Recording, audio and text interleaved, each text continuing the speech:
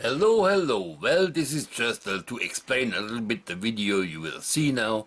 Like I said, once a year or once or twice a year I buy myself some reasonable pies in large quantities. And this time I bought for $24, let's say close to $25. I bought pork meat that was for sale for 99 cents a pound. Now, years ago, 99 cents a pound wasn't a special price, but at the moment it is more, almost half as cheap as you can get anything.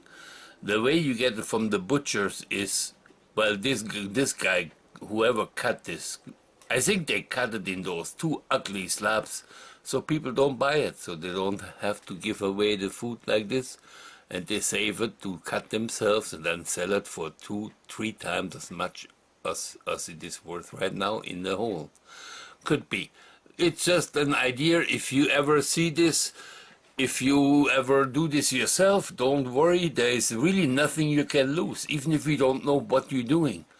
You know what kind of meat you want. For you, whatever you want to cook, you cut it into that meat. Everything else that is left over, you can make a ground pork out of it, and do any recipe that calls for ground meat. That's it, and you're still winning. You're still on the winning side. I'm doing this whole leg of pork without losing anything, and that includes the bones, the muscles, the whatever. The bones I keep separate, chop them up and make a big stock or a big gravy, and I freeze the gravies in portions, so when I do some cooking I just take the frozen gravy out, drop it in the cup, and I have some super tasting sauce. This is what I do because I'm a chef. If you don't do it this way, you can boil it in a pot as a soup, or give the bones to the dog, whatever.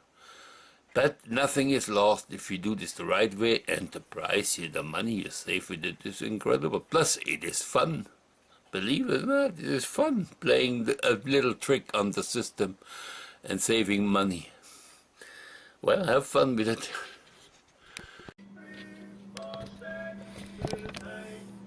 Well, today we will do a little bit sort of like butchering. In case you're wondering, I'm just sharpening my knives and get them ready, and I will show you what I bought. You must realize that I'm through my job and being a chef, I have been learning to buy reasonable and to buy things that cost little as possible money, and to get as most out of them. I bought some pork roasts. Basically, those are supposed to be half legs of pork. This one here was 99 cents a pound. This one was $11.31. Now, for the cut you get from the butcher, I can't do nothing. This is just a plain, being stupid, American cut from a guy who has no idea how to cut meat. But I will do the best with it what I can. Probably the same here. Why he cut two slabs like this is unexplainable to me. This is completely contrary to what you would learn in any school for butchering or anywhere. But we live with what we get. So basically what I have now, I might as well finish the cut. I don't know why he even left them. I don't understand this at all. But we'll do now a few different cuts. Here is, usually you separate the meat by the cuts they're supposed to be. But this will be quite straightforward. This will become a roast with some skin on it. The same with this one here, with the part of the fricando.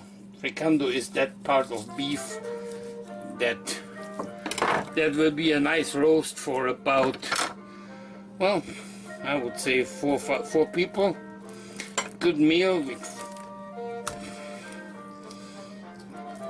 Of course, when you have a stamp in there, you take this one out, because it's basically nothing. You don't want to have the artificial paint on any of your foods. Well, I'm cutting right now. I'm cutting the fat off the skin because I keep the skin separate. I will explain to you in a while what. And from the fat here I'm separating some of the better meat still that will become for the meat grinder to make ground pork. And the fat itself I will just keep as fat as it is. I will let it through the meat grinder also just as fat, and then I render the fat, and from the rest of the fat I will make it crispy, and that will become like a bread spread afterwards. Well, yet now I'm finished with some of the things here. This is, for example, for ground pork. This here will be ragu, all nice in pieces ragu. This is the nicer parts. This is just fat I will let through to the grinder for rendering the pork fat and also do the crusty stuff. Those are just skin, pork skin. I like to keep this if I want to make some kind of a gelatin, like a head cheese or something. I use this for gelatin. Here are the schnitzel pieces, nice clean pork pieces ready to cut into schnitzel. And schnitzel is something that you can put in breadcrumbs or natural also. Now all of this meat I bought for $25. Alone this, if you would buy it in the store like this prepared, it would charge you $10–12. Each one of those altogether it would come easy $35 to $40. This piece incredible because it's so pure meat. It would be easy another $30–40 bucks. So we're having over $100 worth of meat here, which I bought for $25. And not use in pieces like that. I will just either use for stew or I will grind it up grind it up. This here are bones and other pieces. I will clean some more of the meat off to add with the ground beef. And that you will see later when I use my ground machine, the grinder, to do that. Well, I packed up my the pork roasts. I put 2 in one, because I always cook for a few more people. I made sure that minimum, the worth of this all, if I would buy this as meat, is between $60 and $70. That's a minimum cost. This will be now, I will go to the grinder and put this to the grinder, and afterwards the fat to the grinder. Well, here is my little machine. It is something to do baking in, comes with all the attachment. It is also have a dough kneader, and it comes with the grinder here. It also comes up here with a juicer, but I never use it. And I bought this at the garage sale for $25 about 15 years ago. Still works, never broke down. It's quite strong, so I'm having quite good luck with grounding. Best quality, can't beat it.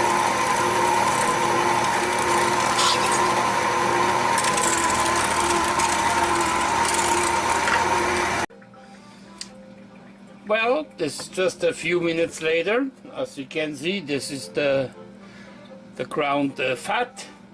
I will render the fat now. After, I will show you a little end result on the end of the video before I upload this. This is the ground pork. I will make it in 2, maybe 3 plastic bags for later use. I'm not eating right now any, so. Well, this was my butchering video. What is really helpful if you have a machine, a meat grinder, that makes your life easier, saves you a fortune. If you have no meat grinder, much harder to use the little bits and pieces. Well, here we go. 2 ready bundles to be put in the freezer. I hope you don't mind the choice of music. I chose to listen to my Alexa app. I get in for free. It's a program called TuneIn, and with TuneIn I can listen to any radio station in the world, in any town, any country. I chose my München favorite original Bavarian music channel from Bayern 3. All these, my favorite channel, love it. Makes me feel like back home when I was a kid on Sundays. There was nothing but music like that when I grew up. Good home feeling, good butchering music. Talk to you later. Well, I'm on the end of my today's video. This is now to show you I'm just rendering the fat, and you see it, the fat pieces through the wolf, they're getting now crispy, and crispiness, that's what I want. In the end, when it's still hot, I will add some onions and some garlic. Salt will be added while it's cooling down. It's probably a bit too much fat, so I will keep some fat separate for cooking, and the other one will be for my bread spread. The very important that the onions get brownish but not burned. If they would burn, it would be bitter. The same with the garlic, although as you know, fried garlic gets a nice nutty flavor. That should come across very nicely in this. And that is done. I have used up every little bit. Oops, I gotta be careful here.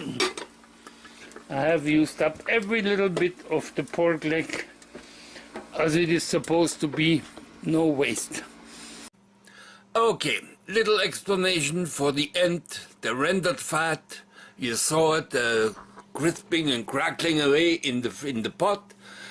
You realize this fat is so hot. If I add the onions and I add the garlic, I will keep watching exactly what the onions and the garlic do, what color they have, and as soon as they are brownish, like starting to get crispy without being burnt, I will put the whole pot in from the stove, and I will sink the bottom of the pot into my sink that is full with cold water. It makes and then the cold water does its job and cools down as quickly as it can the fat, so the cooking stops, the browning of the onions and the browning of the garlic stops and does not burn those two items, because if they would be burned, it will be unedible, it will just be bitter. That's how I do it, and later on, like I said, I put it in a pot, add some salt to it already, and keep stirring it in the fridge. When it gets cooler, I keep adding the right salt, tasting it while eating, to have the right flavor I want on the end. Just salt, I don't add anything else. But of course, be careful, don't add too much. Just add so that it tastes still for you. Oh, that's good. You could use it as a bread spread. Have fun if you ever do so. In Austrian kitchen, this is called Krammelfat. Krammeln, that is the rendered fat that becomes crispy. Bye.